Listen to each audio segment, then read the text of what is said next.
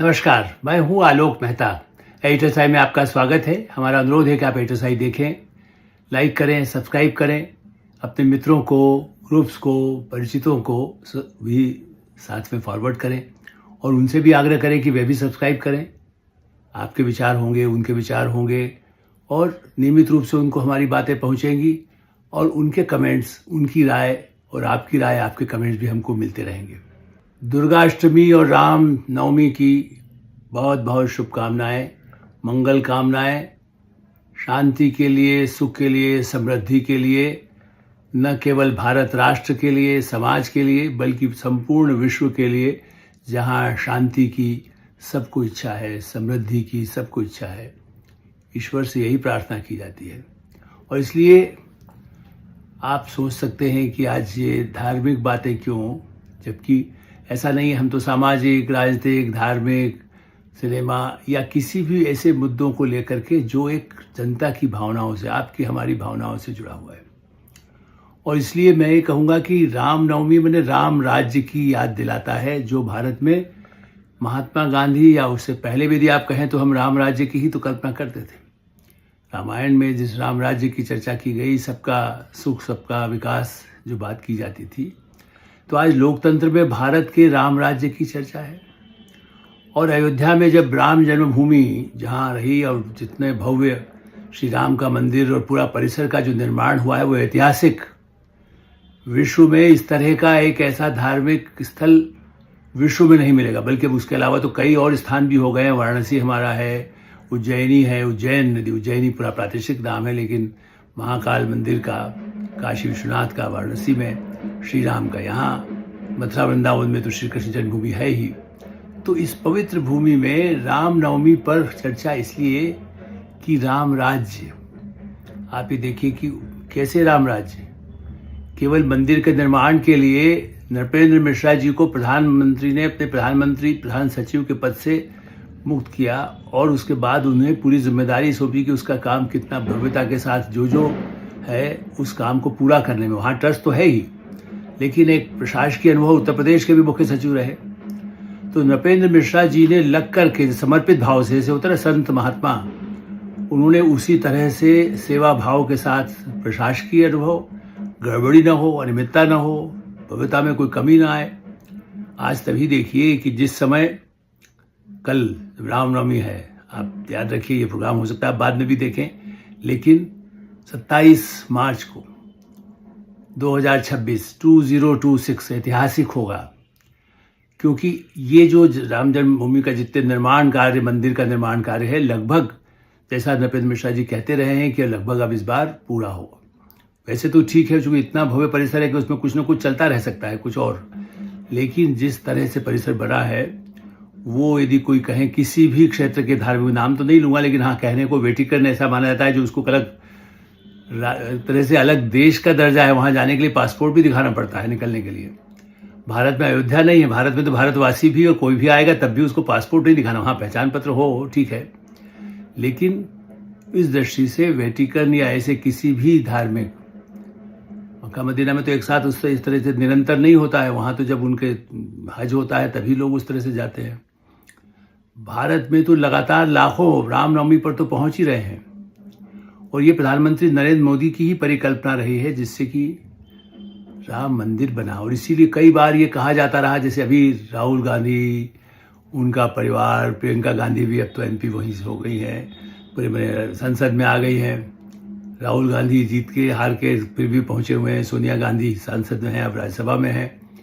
तो उनकी या उनकी कांग्रेस पार्टी के बड़े नेता और बल्कि कई दूसरी जो विरोधी पक्ष हैं, समाजवादी पार्टी के नेता भी, वो अयोध्या जाने से बचते रहे कि उस चुनाव के उसमें।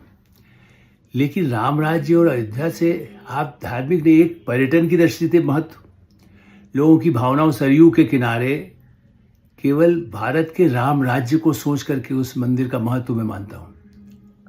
मैं आपका ये भी ध्यान दिला सकता हूँ या कह सकता हूँ कि मैंने जब वहाँ पुरातत्व की खोज हो रही थी, तो अमृतलाल नागर जो वरिष्ठ साहित्यकार रहे भारत के नामी, और मनोहर श्याम जोशी, हम लोग सब पर बुनियाद आपने देखे हों, और उसके बाद भी मैंने भारत के सिनेमा साहित्य के, पत्रकारिता के हमारे गुरु साप्ताहिक हिंदुस्तान के एडिटर दिनमान में रहे और लेखक के रूप में साहित्य अकादमी से पुरस्कृत। उनके साथ 76 में जब मैं गया हूँ तब केवल खुदाई में ही देखा जा रहा था कि पुरातत्व की दृष्टि से, और उसके लिए रुचि थी अमृतलाल नागर की। तब कोई राजनीतिक वहाँ नहीं थी, केवल ठीक है अदालत में मामला चल रहा था कि राम जन्मभूमि, वो वर्षों से 50 से चल रहा था।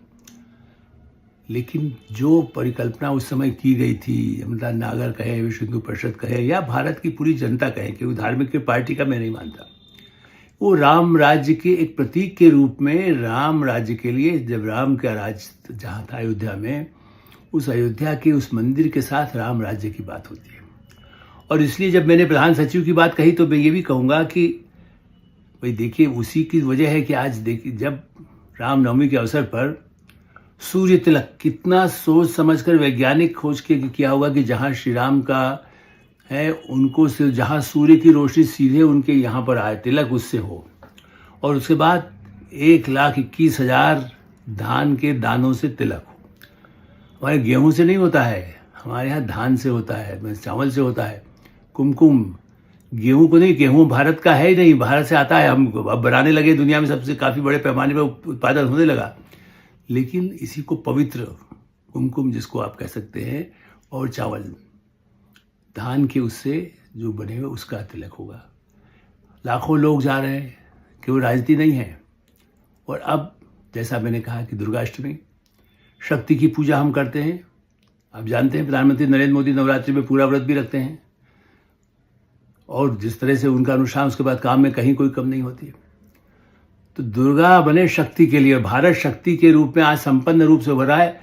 केवल दुनिया के 5 देश हैं जहां ईरान ने जहाज निकलने की अनुमति दी है, तेल के, गैस के, उनमें भारत प्रमुख है, पड़ोसी। देखिए चीन तो उसके पूर्व करता रहा है, रूस के साथ उसके संबंध हैं, पाकिस्तान तो उसकी मतलब मुट्ठी में, चूंकि उसकी दया पर निर्भर है तो उसको कुछ तो पालना ही है। परमाणु के लिए भी जो कुछ आपस में लेन देन होता है तो उसी पर होता है। और जैसा एस जयशंकर ने कल कहा कि वो हम कोई दलाल नहीं है, हाँ हम शांति के लिए प्रधानमंत्री सबसे बात कर रहे हैं। तो बहरहाल मैंने दुर्गा शक्ति हमारी, इसीलिए आपने ध्यान दिया, 2 दिन पहले रक्षा मंत्री राजनाथ सिंह ने सेना के 3 प्रमुखों से भी बात किया है, क्योंकि भाई आपको कहीं नेवी की आवश्यकता है, कहाँ पर हमारे जहाज़ों को सुरक्षित लाना है। ईरान के उस समुद्री क्षेत्र से जहाँ उसने कहा जो आएगा हम अमेरिका को नहीं अनुमति देंगे, इसराइल को नहीं देंगे, या जो यूरोपियन देशों को भी नहीं दे रहे हैं। बातचीत चलती रहेगी। अब ट्रंप और उनकी बातचीत, इसलिए मैं आज उस राजनीतिक चर्चा को बिल्कुल संक्षिप्त में कह रहा हूँ कि वार्ता, उनका ईरान की अपनी शर्त है, ईरान ने अमेरिका की शर्त मानने से मना कर दिया। लेकिन ये सब काम प्रधानमंत्री के राम राज्य के रहते हुए आप ये देखिए कि कैसे हो रहा है। सेवा तीर्थ, यदि आपने ध्यान नहीं दिया हो तो मैं बताऊँ, सिर्फ 1 महीना के लगभग, 1.25 महीना समझिए आप, 13 फरवरी को उद्घाटन किया गया था सेवा तीर्थ का। ब्रिटिश काल से चली आ रही साउथ ब्लॉक की एम्पायर, प्रधानमंत्री सेक्रेटरीट, प्रधानमंत्री कार्यालय, उसके बजाय नई भव्य इमारत के साथ सबको मिला करके, कई दफ्तरों को मिला करके सेवा तीर्थ और कर्तव्य। देखिए साथ साथ ये नहीं है कि सेवा ही, कर्तव्य के लिए भी भवन, कर्तव्य भवन और सेवा तीर्थ, 2 ऐसे प्रधानमंत्री नरेंद्र मोदी कहा जो राम राज्य की परिकल्पना को साकार करने के लिए। तो उसे संयोग कहिए, एक तरफ राम जन्मभूमि के मतलब श्री राम का मंदिर काम पूरा हुआ, दूसरी तरफ यहाँ पर कुछ वस्तु की तैयारी तो हुई निश्चित से, संसद का भव्य भवन बना, उसकी चर्चा करने की आवश्यकता नहीं है, वो तो बन ही चुका है। और कल संयोग से या जैसे कहिए मुझे उपराष्ट्रपति CP राधाकृष्णन जी के पास जाने का मौका मिला, उनको अपनी पुस्तक जो मैं चर्चा जिसकी करता रहता हूँ वो उनको भेंट करने का अवसर मिला, जो अभी हाल में आई है, जो प्रधानमंत्री के रिवॉल्यूशनरी राज, इंग्लिश में है रिवॉल्यूशनरी राज नरेंद्र मोदी 25 ईयर्स, 25 चूंकि 13 वहाँ 12 यहाँ। इसलिए उस संदर्भ की चर्चा इसलिए आवश्यक है कि देखिए दुनिया से हम इसलिए हो रहे हैं कि देश का शासक इस तरह का है जो जनता के दूर दराज हर महीने में रेडियो पर वो मन की बात करेंगे, दुनिया भर से जो उनके पास मैसेज, कोई चिट्ठी से भेजता है, कोई व्हाट्सअप करके भेजता है, कोई उनके ऐप पर भेजता है, तो डिजिटल टेक्नोलॉजी से जो भी संभव है फेसबुक से भेजता है, जितने मीडिया अवेलेबल हैं। और ये काम कौन करता है? ये वही जो सेवा तीर्थ से जुड़े हुए लोग हैं, जो पहले कहीं और बैठते थे, अब सब एक साथ बैठेंगे विभिन्न विभागों के, मंत्रालयों के।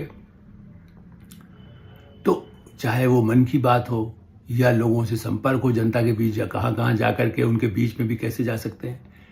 केवल मंदिर आर्थिक स्थानों पर नहीं, वो कहते हैं साहब पर्यटन करते ही, वो जाते हैं इसलिए कि जनता की नब्ज को समझ सके, वहाँ के स्थानीय लोगों से भी, पार्टी के अधिकारियों या सरकारी अधिकारियों से, या विभिन्न दलों की सरकारें, चाहे वो पश्चिम बंगाल की ऐसी सरकार हो जो भारत सरकार से असहमतियां बहुत व्यक्त करती है, प्रधानमंत्री नरेंद्र मोदी विरोध करती है, लेकिन उन लोगों से भी ममता दीदी कहती हैं कि हमें ये राज्य के लिए चाहिए, तो उस पर गंभीरता से विचार इसी जगह होता है।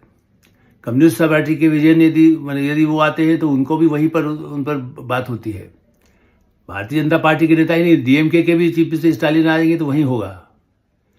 तो मैं इसलिए कह रहा हूं कि केवल ऐसा नहीं है कि उत्तर प्रदेश के योगी आदित्यनाथ या मोहन यादव मध्य प्रदेश के, या राजस्थान के शर्मा जी आ जाएं, या कहीं देवेंद्र फडणवीस आ जाएं तो उनसे ही बात होगी।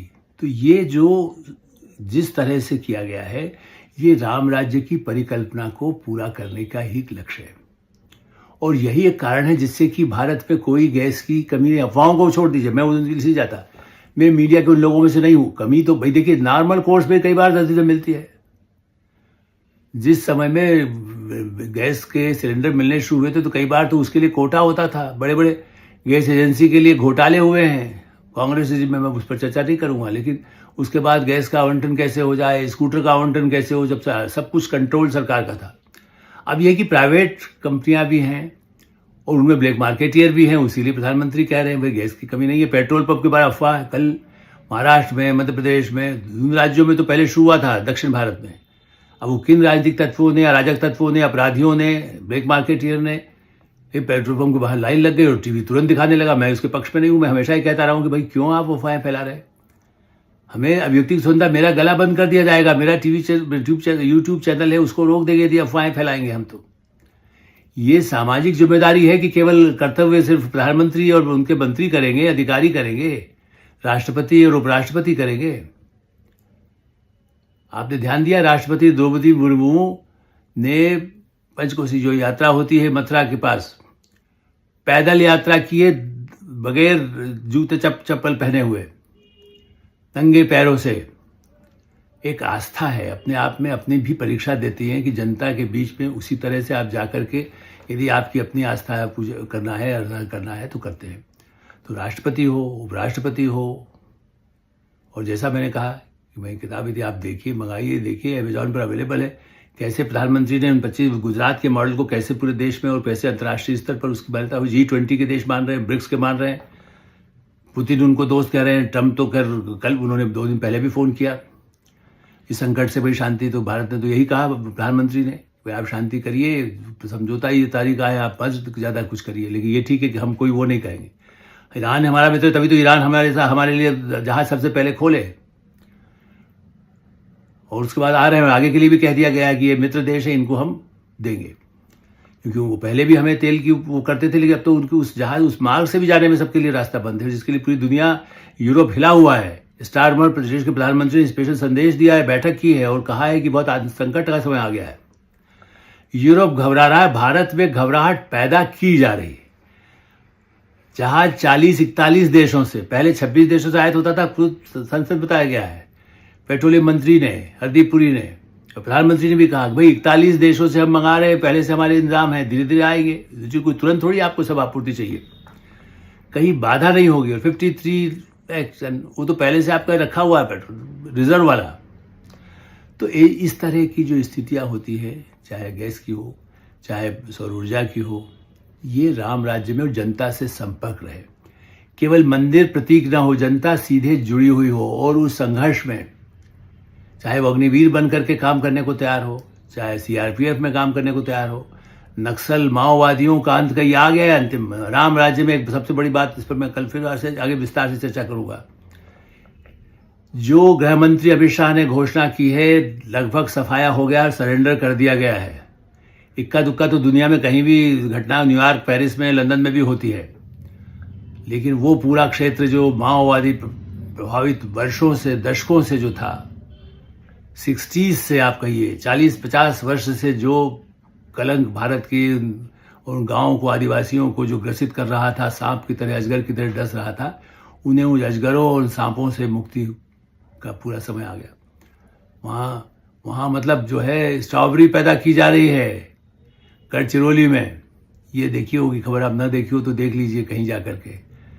जहाँ लाल खून की नदियां बहाने की कोशिश होती थी माओवादियों की, वहाँ फल हो रहे हैं लाल। छत्तीसगढ़ में रोजगार मिल रहा है, स्किल डेवलपमेंट में हजारों लोगों को मिल चुका पिछले कुछ वर्षों के दौरान, 10 वर्षों में। चेक करिए आप, स्किल डेवलपमेंट में 100% उनके लोगों को जॉब मिल रहा है। ई रिक्शा चला रही है वहाँ पर, दंतेवाड़े से जगह पर महिलाएं 15,000-20,000 रुपये कमा रही हैं। तो ये ही एक आत्मनिर्भरता इस राम राज्य की परिकल्पना है।